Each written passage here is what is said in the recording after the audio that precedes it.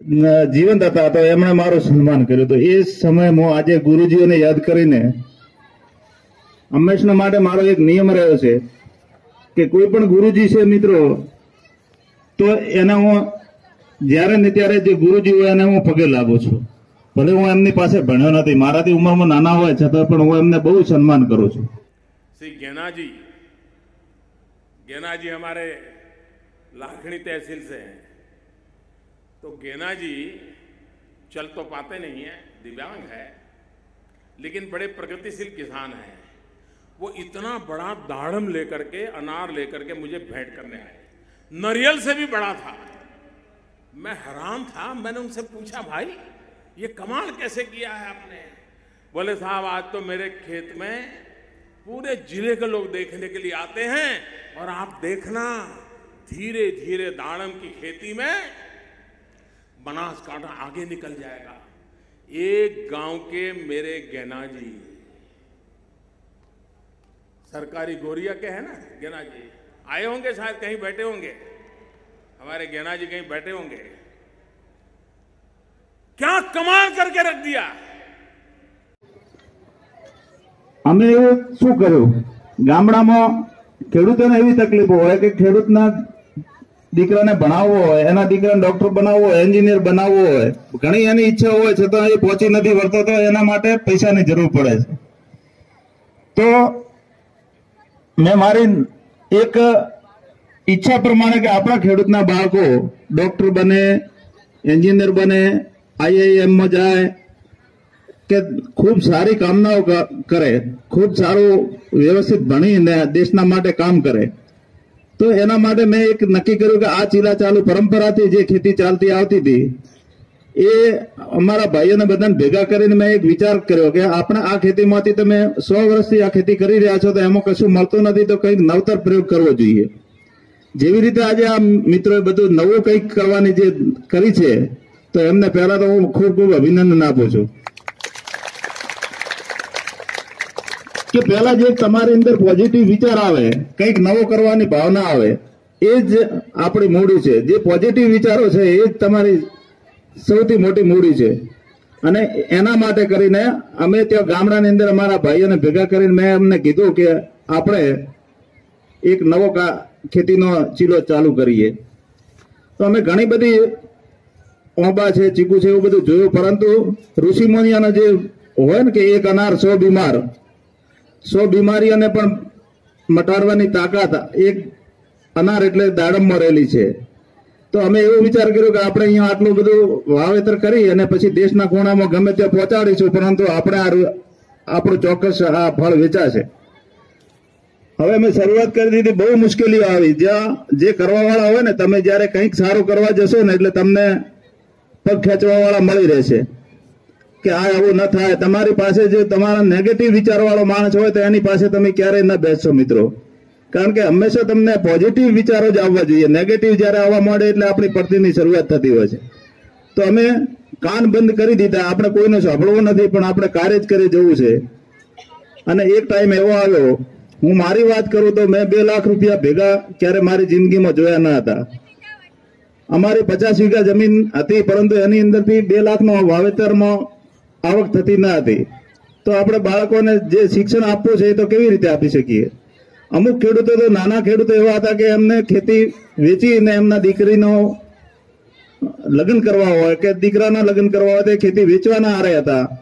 અને એ જ ખેડૂતોએ મારા 2010ની સાલમાં જે 2 લાખ રૂપિયા મેં ભેગા નતા જોયા, એ જ ખેતીમાંથી અમે 1 કરોડ અને 16 લાખનું ઉત્પાદન કર્યું હતું. ખેડૂતના માટે 1 કરોડ રૂપિયા બહુ મોટી વાત હોય છે. 2 લાખે જોયા નતા એટલે ખેડૂતો આજુબાજુ વાળા બધા વાતો કરવા મળ્યા કે આ તો બધું ખોટું કરે છે, આ તો પૈસા બતાવીને આપણે જોતા જોતા પૈસા બતાવે છે અને પછી પાછા વેપારીઓને આપી દે છે. આવી બધી નેગેટિવ વાતો થાય. પરંતુ અમે એક જ બીડું ઝડપ્યો કે આપણે ખેડૂતોને ગમે તેમ કરીને સદ્ધર કરવા છે. તો ત્યાં અમે મારા ખેતરની અંદર મેં એક દાડમ શાળા ચાલુ કરી. જેવી રીતે આપણી આ શાળા ચાલે છે ને એવી રીતે અમે ત્યાં દાડમ શાળા ચાલુ કરી કે જેનાથી ખેડૂતોને બધું અવગત કરી શકાય. હવે આ બધું થઈ ગયું. ટોટલ અહીંયા આપણા બનાસકાંઠામાં સાબરકાંઠા, મહેસાણા અને કચ્છ અને બાજુના પ્રદેશ રાજસ્થાનમાં પણ દાડમનો સારો એવો વાવેતર થઈ ગયો.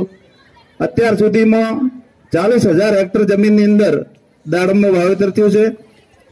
પરંતુ એ અરસામાં મારા ખેતરની મુલાકાતે 80,000 ખેડૂતોએ મારા ખેતરની મુલાકાત લીધી છે.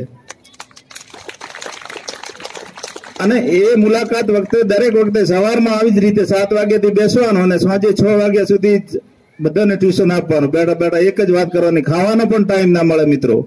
પણ મેં મારી જિંદગીમાં એક જ જોયું હતું કે જ્યારે કોઈ પણ માણસ આપણી પાસે આવતો હોય છે તો એને આપણે સપોર્ટ કરીએ. હરેક રીતે હું એના ખેડૂતના ખેતર સુધી, હજારો ખેડૂતના ખેતર સુધી હું જાતે ગાડી ડ્રાઈવ કરીને એના ખેતરમાં ફરતો અને એને બધી રીતે પ્રોત્સાહન આપતો હતો.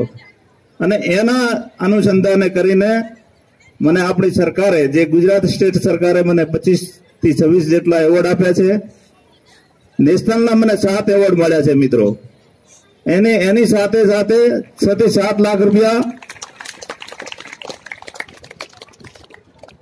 7 લાખ રૂપિયા જેટલી માતબર રકમ પણ મને ઇનામ રૂપે મળી હતી, જે મેં મારા બાળકોના ખર્ચ માટે ન વાપરતો પાલનપુર ખાતે કન્યા છાત્રાવાસ હતો તેની અંદર મેં દાન કરી દીધી હતી. મિત્રો, મને કહેતા આનંદ થાય છે કે અત્યારે પ્રોડક્શન બહુ થઈ ગયું છે, પરંતુ વેપાર કરવાની જયારે તકલીફો આવી ત્યારે ભાવ નીચે ગીરતા જાય છે. હમણાં જ હું સતીશભાઈ સાહેબ સાથે વાત કરતો હતો તો એમણે બહુ સારી જ વાત કરી કે જ્યારે ઉત્પાદન વધી જાય તો એના ભાવ નીચે આવી જતા હોય છે.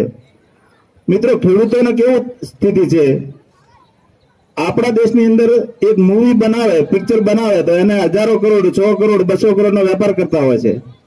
પરંતુ ખેડૂતની એવી સ્થિતિ છે આજે કે એને પૂરા હજી પૈસા મળતા નથી. હવે અહીંયા પ્રોડક્શન વધી ગયું તો ભાવો ઘટી ગયા.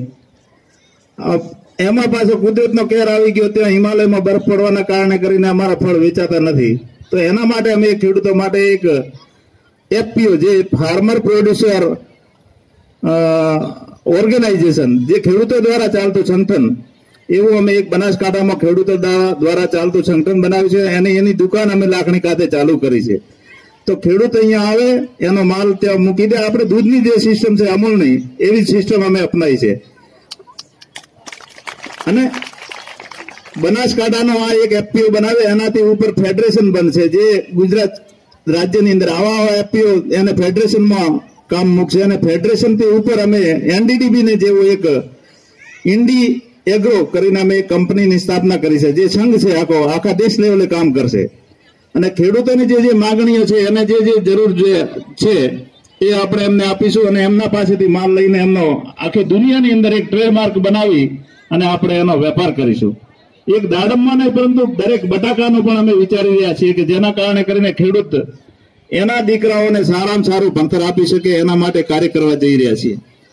મને કે બીજા જે મોટા મોટા મોલ હતા એની અંદર અમે જયારે ગયા ને ત્યારે મને કહેતા દુઃખ થાય છે કે એસી હોલની અંદર જૂતા, એસી હોલની અંદર પડેલા છે જૂતા, એટલે આપણા બૂટ પહેરવાના, અને આપણી શાકભાજી ફૂટપાથ ઉપર વેચાય છે.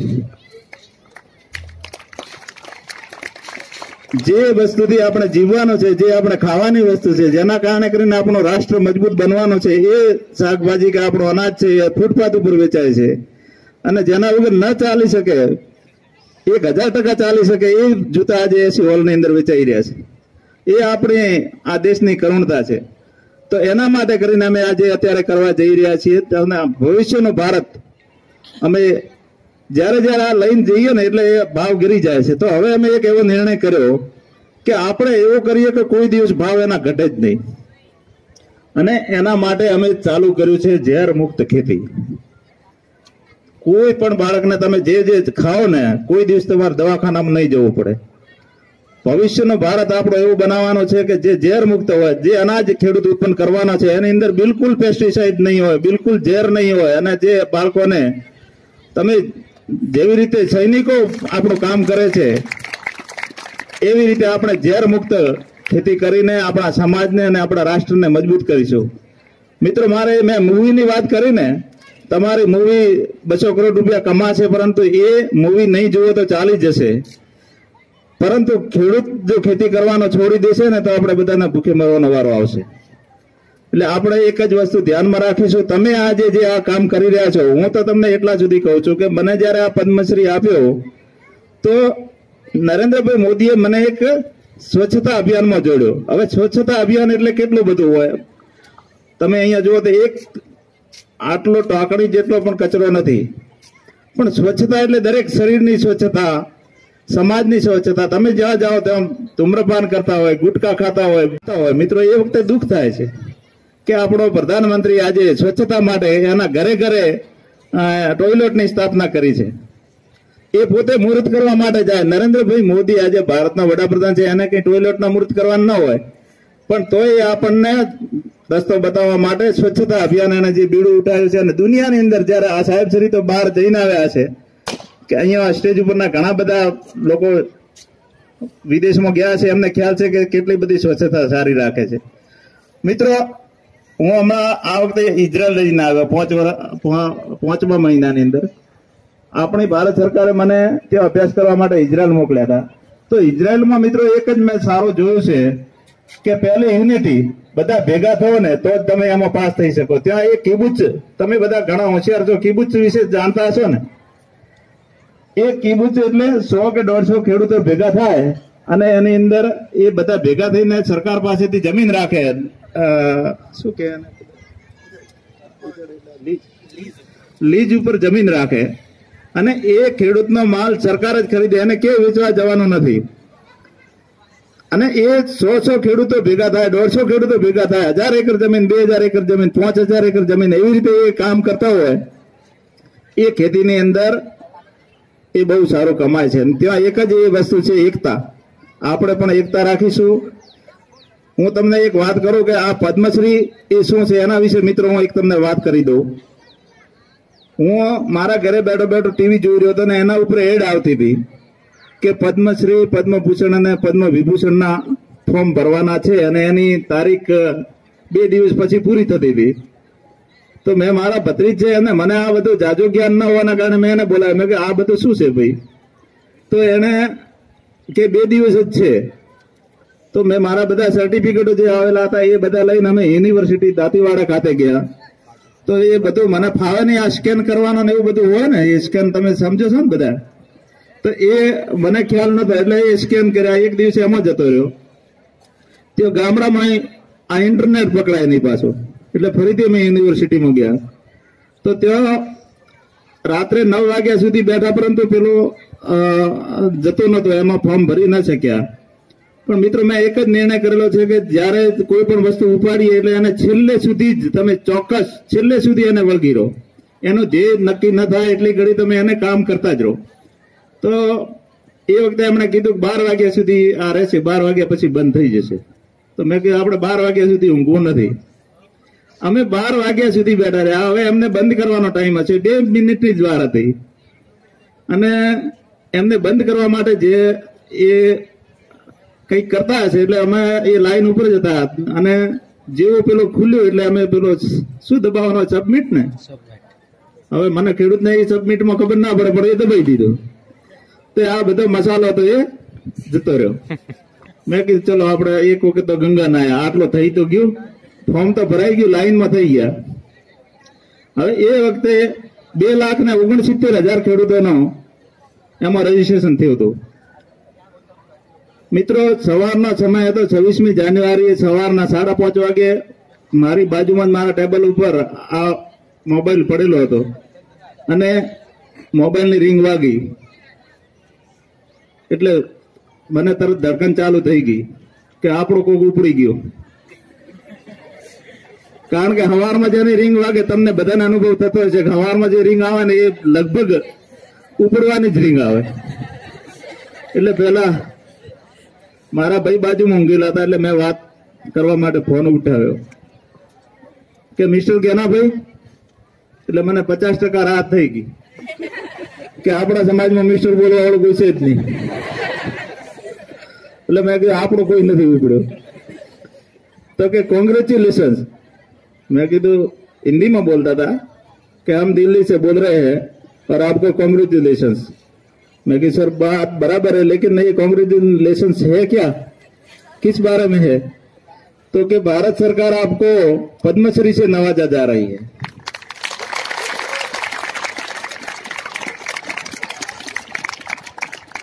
मारा भाई जागी गया। હવે મને એટલો બધો હરખ થઈ ગયો, મને પદ્મશ્રીની ખબર નથી પડતો, હરખ થઈ ગયો કે ભારત સરકાર આપે છે।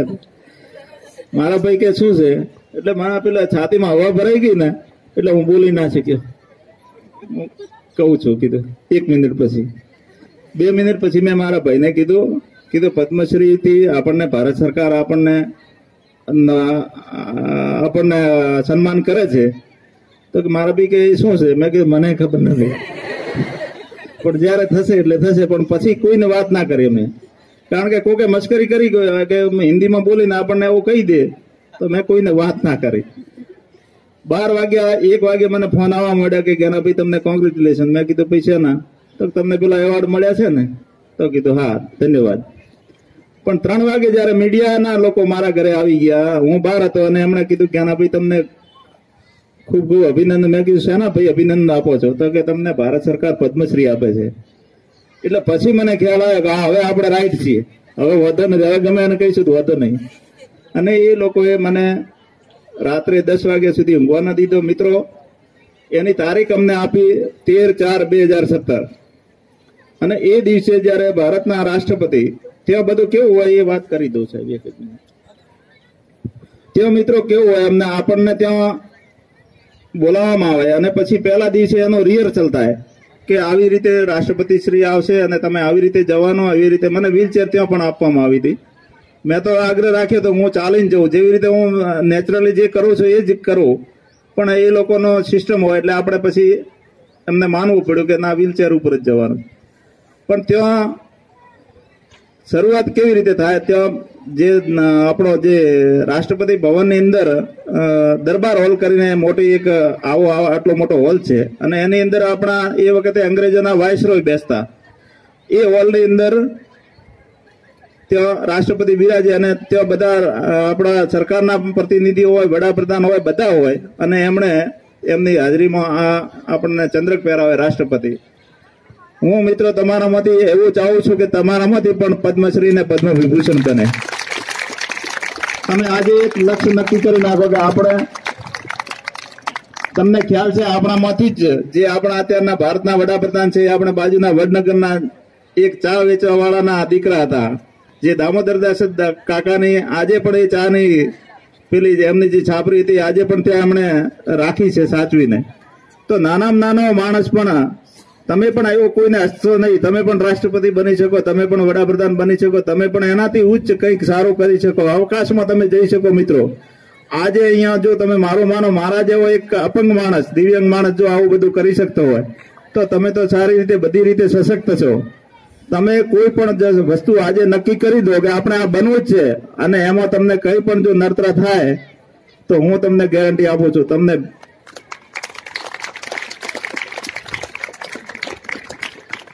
પણ એનો બધાનો શ્રેય એક જ છે મિત્રો। એક જ વાત મારે કરીને વાત હું પૂરી કરીશ કે તમે પહેલો તમારા મા બાપને ભૂલશો નહીં। હું અપંગ હતો છતાં પણ મેં મારા મા બાપની જે સેવા કરી છે એ જાહેરમાં મારે ન કહેવી જોઈએ। મને ત્યાં બોમ્બના ગોળા ફૂટતા હોય તો ન સંભળાતું, પણ મારી માતા ખોસી કરતી ને એટલે રાતના હું 1 વાગે પણ ઊંઘમાંથી જાગી જતો। બાજુમાં એટમ બોમ્બ ફૂટ્યો હોય તો આપણને અવાજ ના આવે, છતાં પણ એક ખોસીનો અવાજ મને કાનમાં જતો કે મારી માતાને આજે ખોસી આવે છે, સવારમાં દવાખાને લઈને જવાનો છે। અને એ જ સેવાનો મને ફળ આજે જે તમારી આગળ મને જે સન્માનિત કરો છો એ મારા માતા પિતાના અને મારા ગુરુઓના આશીર્વાદ છે। ઘણી બધી વાતો મારે મિત્રો કરવી છે, ઘણું બધું લેસન કરીને આવ્યા છું, પરંતુ આપણે સમયના અભાવે આજે તમને સૌને મળવાનો મને મોકો મળ્યો છે। મારી કોઈ પણ જાતની જરૂરિયાત ગમે ત્યાં હોય તો તમે મને યાદ કરજો, હું મારા ખર્ચે આવીશ। અને એક આજે હું અહીંયા જાહેરાત કરીને જઉં છું।